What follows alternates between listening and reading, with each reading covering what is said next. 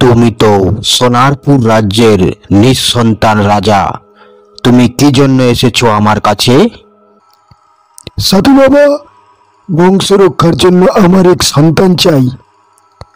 তুমি তোমার রানীকে আমার দেওয়া সিন্ধু নদীর মন্ত্রপুত মাছ খাওয়ালে তোমার সন্তান হবে। এই মাছ যদি রান্না করে না খাওয়াতে পারো তাহলে তোমার বংশে কোনো সন্তান হবে না।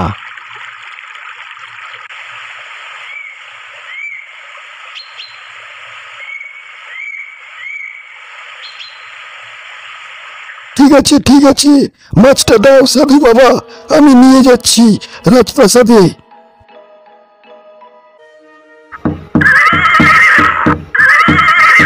সাধু বাবা বলেছে 24 ঘন্টার মধ্যে এই মন্ত্রপুত মাছ রান্না করে রানীমাকে খাওয়াতে হবে। আমার প্রিয় চেতক ঘোড়া, যত তাড়াতাড়ি সম্ভব রাজ্যে তুমি ফিরে চলো।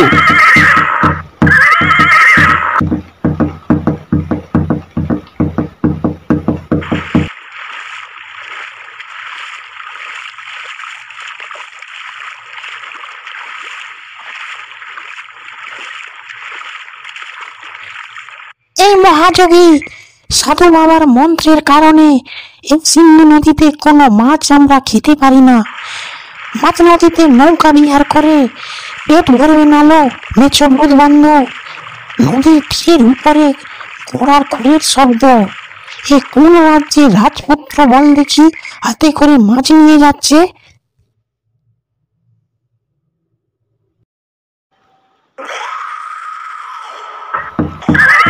গভীর রাত্রি হলেও এই সিন্ধু রাজ্যে যতক্ষণ এই রাজপুত্র থাকবে ততক্ষণ কিছু করা যাবে না।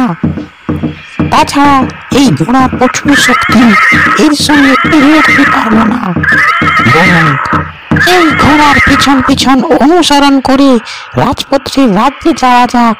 সেখানে ওই মহর্ষি সাধু বাবাও আর থাকবে না।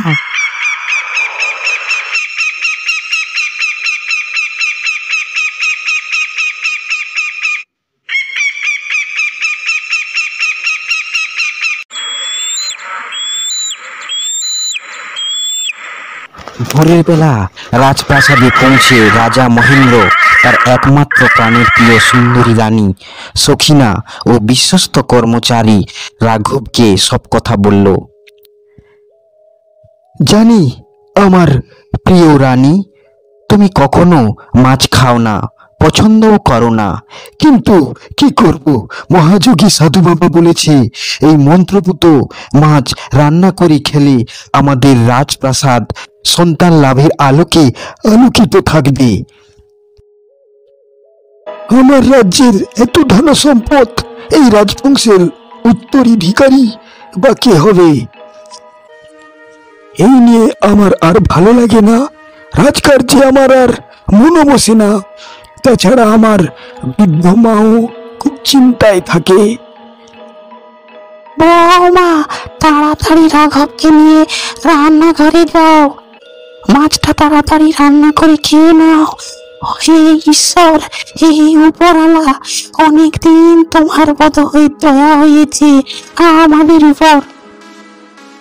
এই যাচ্ছি মা।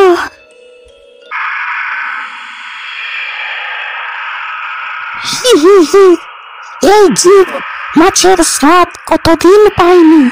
ওই বুড়ো মাথা মোটা রাঘব আর ওই বোকা রানীকে কিভাবে ঘোল খাবাই দেখ, বুঝি কেউ টেরও পাবে না।